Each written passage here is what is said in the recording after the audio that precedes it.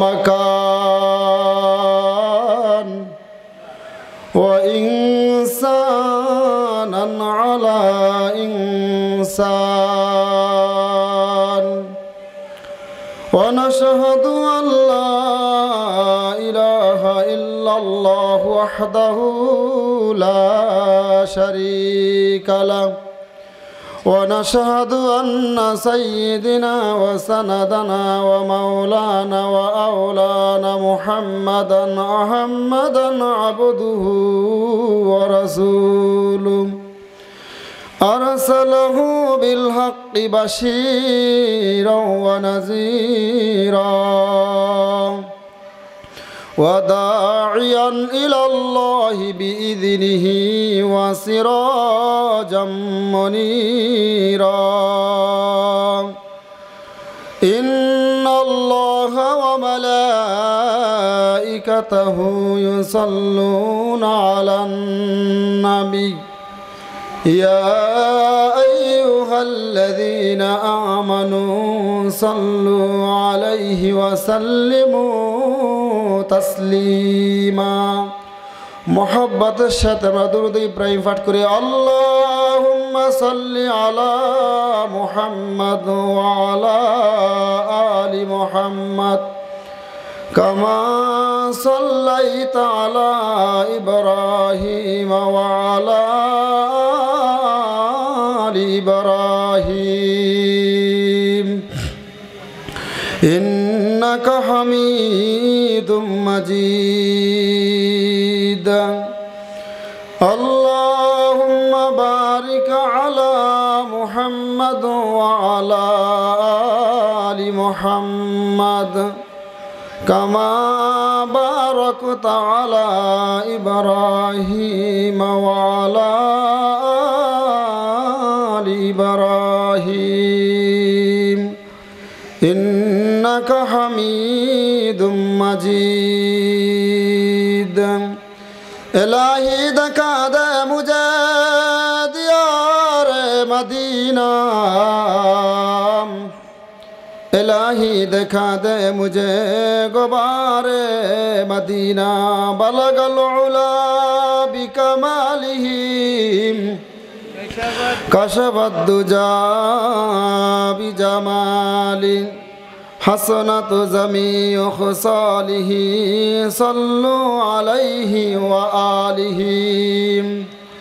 کس قدر دل بخت ہے وہ کس قدر دل شاد ہے جس کی دل میں مصطفیٰ خیر البشر کی ید ہے بلغ العلا بکمالہ کشف الدجا بجمالہ حسنت جمیع خصالہ صلو علیہ وآلہ تشنے کی امت کی شبقت سے بجھاتے جائیں گی آب کوثر حشر میں حجرت پلاتے جائیں گی بلغ العلا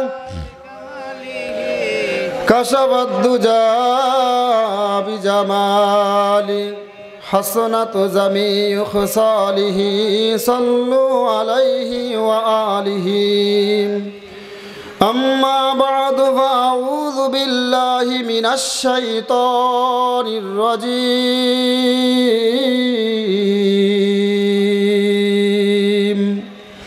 بسم الله الرحمن الرحيم يا أيها الذين آمنوا ادخلوا في السلم كافة ولا تتبعوا خطوات الشيطان إنه لكم عدو مبين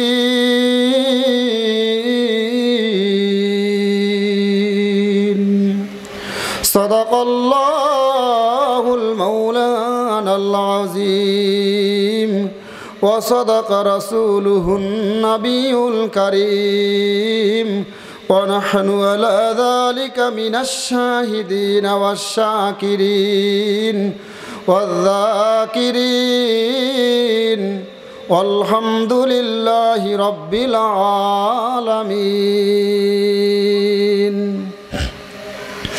وقال رسول الله صلى الله عليه وسلم إن الإسلام يهدم ما كان قبله وإن الهجرة تهدم ما كان قبلها وإن الحج يهدم ما كان قبله أو كما قال النبي عليه الصلاة والسلام। दुनिया की सदाकत में तेरे नाम रहेगा, सिद्दीक तेरे नाम से इस्लाम रहेगा। दुनिया की शुजाअत में तेरे नाम रहेगा, उस्मान तेरे नाम से इस्लाम रहेगा। दुनिया की क़दाअत में तेरे नाम रहेगा, फारूक तेरे नाम से इस्लाम रहेगा। दुनिया की सखावत में तेरे नाम रहेगा, उस्मान तेरे नाम से इस्लाम रहेगा। आली तेरे नाम से इस्लाम रहेगा। अल्हम्दुलिल्लाह। বসুন্ধরা যুব তাফসীর কমিটির উদ্যোগে 2 দিন ব্যাপী 9তম বার্ষিক তাফসীরুল কুরআন মাহফিলের সম্মানিত সভাপতি, প্রধান অতিথি, বিশেষ অতিথি, দূর দূরান্ত থেকে আমার কলিজার টুকরা যুবক বৃন্দগণ, পর্দার অবস্থানরত জাহেদা শাকেরা, আবেদা জাহেদা শাকেরা মা ও বোনেরা, মহান আল্লাহ সুবহানাহু ওয়া তাআলার দরবারে আমরা আমাদের অন্তর এবং অন্তরস্থান থেকে একবার কালিমাতু শুকর আদা করি আলহামদুলিল্লাহ। আজকে কত সুন্দর পরিবেশ। এই পরিবেশ এখন আছে, আগামীকাল থাকবে, এর পরদিন কি আর থাকবে? এই মাহফিলে আসলে, কোরআন হাদিসের বয়ানে আসলে কি লাভ, কি ফায়দা? কোরআন হাদিসের ময়দানে আসলে 1 নম্বর ফায়দা হলো অজানা জিনিস জানা যায়। আপনি টেলিভিশনের সামনে বসলে কি অজানা জিনিস জানতে পারবেন? বাজারে দোকানদারে বসলে কি অজানা জিনিস জানতে পারবেন? সুতরাং এই কোরআনের মাহফিলে আসলে 1 নম্বর ফায়দা হলো অজানা জিনিসগুলো জানা যায়। 2 নম্বর ফায়দা হলো আমলের ব্যাটারিতে চার্জ হয়, আমল করার জন্য সহজ হয়ে যাবে। এই জন্য যারা এখনও দোকানে আছেন, বাজারে আছেন, যে যেখানে আছেন, মেহেরবানি করে এই মাইকের আওয়াজ যতটুকু পর্যন্ত যায়, আমি প্রত্যেকটা যুবক ভাইয়ের পায়ে হাত রেখে আমি সবাইকে আকুল আবেদনভাবে বারবার বলতেছি, আপনারা সবাই আজকে মাহফিলে এই প্যান্ডেলে আইসা সবাই উপস্থিত হয়ে যান। কারণ আপনার আল্লাহ সুবহানাহু ওয়া তাআলাকে কোথায় খুঁজতেছেন, কিভাবে খুঁজতেছেন? আল্লাহ নিজেই বলে, বান্দা আল্লাযীনা জাহাদু ফীনা লানাহদিয়ান্নাহুম সুবুলানা। যদি আমার কোনো বান্দা যদি আমার কাজের দিকে 1 হাত পরিমাণ অগ্রসর হয়, আমি আল্লাহ তাআলা তার জন্য আমার রহমতের কুদরতের পা 2 হাত পর্যন্ত আগায় দিই। সুবহানাল্লাহ বলেন। এজন্য যারা এখন আসতেছে না, মেহেরবানি করে বলতেছি তারা যেন মাহফিলের ময়দানে চলে আসে, এই প্যান্ডেলে চলে আসে।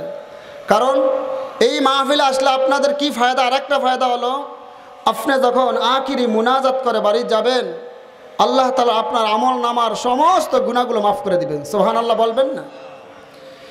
আরেকটা ফায়দা হলো, আল্লাহ তাআলা ফেরেশতাদেরকে নিয়ে গর্ব করে। কি করে? আল্লাহ তাআলা ফেরেশতাদেরকে নিয়ে কি বলতেছে দেখেন। আল্লাহ তাআলার একদল ফেরেশতা মালাইকা, তাদেরকে আল্লাহ তাআলা দুনিয়াতে প্রেরণ করেছেন।